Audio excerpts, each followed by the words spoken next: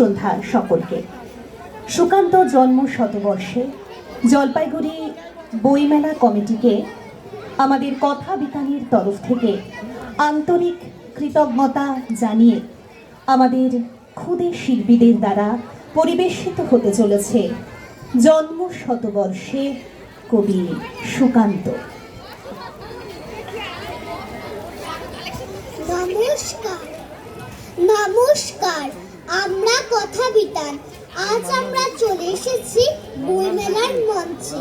আমাদের কবিতা কোলাজে থাকছে কবি সুকান্ত ভট্টাচার্যের জন্ম শতবর্ষে তারই কিছু কবিতা। চলো শুরু করা যাক। কবি সুকান্ত ভট্টাচার্যের কবিতা কোলাজ।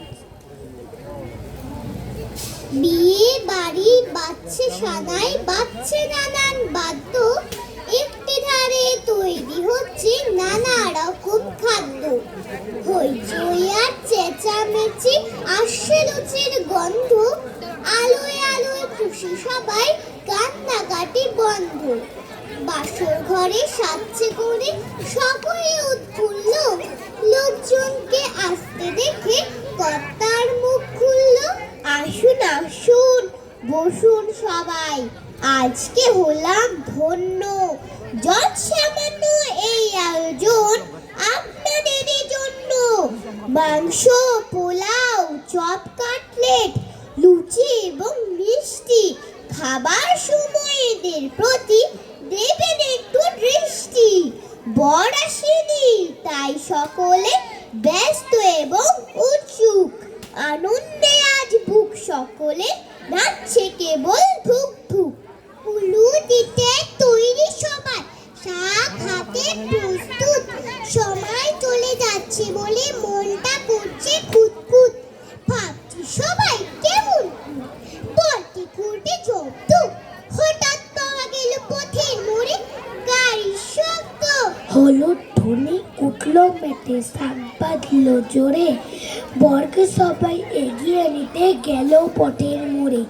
কোথায় বরের সাজসজ্জা, কোথায় ফুলের মালা, হঠাৎ সবাই চেঁচিয়ে ওঠে পালা পালা পালা। বর্ণাইকো লাল পাগড়ি পুলিশ আসছে নেমে, বিয়ে বাড়ির লোকগুলো সব হঠাৎ উঠলো ঘেমে। বললে পুলিশ এ কি কর্তা, ক্ষুদ্র আয়োজন, 50 জন কোথায়, এদের দেখছি 1000 জন। এমনি করে চাল নষ্ট, দুর্ভিক্ষের কালে থানায় চলো, কাজ কি এখন এইখানে গোলমালে। কর্তা হয়ে কাঁদো কাঁদো, চোখেতে জল আসে, গেটের পাশে জড়ো হওয়া কাঙালিরা হাসে। আপনারা শুনে নিলেন কবি সুকান্ত ভট্টাচার্যের মিঠে করা কাব্যগ্রন্থের কবিতা বিয়ে বাড়ির মজা। কবিতায় কবি মজার ছলে অনেক গভীর বার্তা দিয়েছেন। আসলে বিদ্রোহী কবি কাজী নজরুল ইসলামের মতো কিশোর কবি সুকান্ত ভট্টাচার্যের মধ্যে আমরা পাই বিপ্লবের স্ফুলিঙ্গ, আর তার কবিতাতেও তার ছোঁয়া আমরা সবসময় খুঁজে পাই। কথা বিতানের কচিকাচারা কবি সুকান্ত ভট্টাচার্যের কবিতা কোলাজ আপনাদের শোনাচ্ছে। পরবর্তী নিবেদনে থাকছে কবির সুচিকিৎসা কবিতা। চলুন শোনা যাক বদ্রীনাথের শরীরের অবস্থা কেমন হলো, শুনে নি তাদেরই কণ্ঠে। বদ্রীনাথের সর্দি হলো, কলকাতাতে গিয়ে আচ্ছা করে দোলাপ দিল নস্যিনাকে দিয়ে। ডাক্তার এসে বলল কেসে বড়ই কঠিন ব্যামো, এসব কি সুচিকিৎসা? আরে আরে রাম, আমার হাতে পড়লে পরে এক্সরে করে দেখি রোগটা কেমন কঠিন কিনা, আসল কিংবা মেকি। থার্মোমিটার মুখে রেখে সাবধানেতে থাকো, আইস ব্যাগটা মাথা দিয়ে একটা তো রাখো। ইনজেকশন নিতে হবে, অক্সিজেনটা পরে, তারপরে দেখবো এ রোগ থাকে কেমন করে।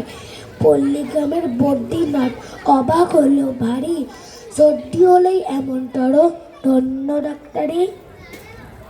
বদ্রীনাথের সর্দির কথা তো শোনা হলো, এবারে পরবর্তী কবিতায় যেই নির্বাচন আমরা রেখেছি সেই কবিতা আমাদের সকলেরই অত্যন্ত চেনা এবং অত্যন্ত জানা একটি কবিতা, যেই কবিতায় কবি সুকান্ত ভট্টাচার্য তুলে ধরেছেন উচ্চবিত্তের সঙ্গে নিম্নবিত্তের যে সংঘাত, যে শ্রেণীদ্বন্দ্ব, যে শ্রেণী বৈষম্য সমাজে প্রতিনিয়ত চলে আসছে, তারই বার্তা কবি তার এই কবিতায় তুলে ধরেছেন। কবিতার নাম পুরনো ধাঁধা। বলতে পারো বড় মানুষ মোটর কেন চড়বে, গরিব কেন সেই মোটরের তলায় চাপা পড়বে? বড় মানুষ ভোজের পাতে ফেলে লুচি মিষ্টি, গরিবরা পায় খোলাম কুচি, এ কি অনার সৃষ্টি? বলতে পারো ধনীর বাড়ি তৈরি যারা করছে, কুড়ে ঘরেই তারা কেন মাছির মতো মরছে? ধনীর মেয়ে দামি পুতুল, অনেক রকম খেলনা, গরিব মেয়ে পায় না আদর, সবার কাছে ফেলনা। বলতে পারো ধনীর মুখে যারা জোগায় খাদ্য, ধনীর পায়ের তলায় তারা থাকতে কেন বাধ্য? হিন্দি গুছর প্রশ্ন এসব মাথার মধ্যে কামড়ায়, বড় লোকে ঢাক তৈরি গরিব লোকের চামড়ায়। বড় লোকে ঢাক তৈরি গরিব লোকের চামড়ায়, বড় লোকে ঢাক তৈরি গরিব লোকের চামড়ায়, বড় লোকে ঢাক তৈরি গরিব লোকের চামড়ায়। নমস্কার। নমস্কার। নমস্কার। শিল্পীদের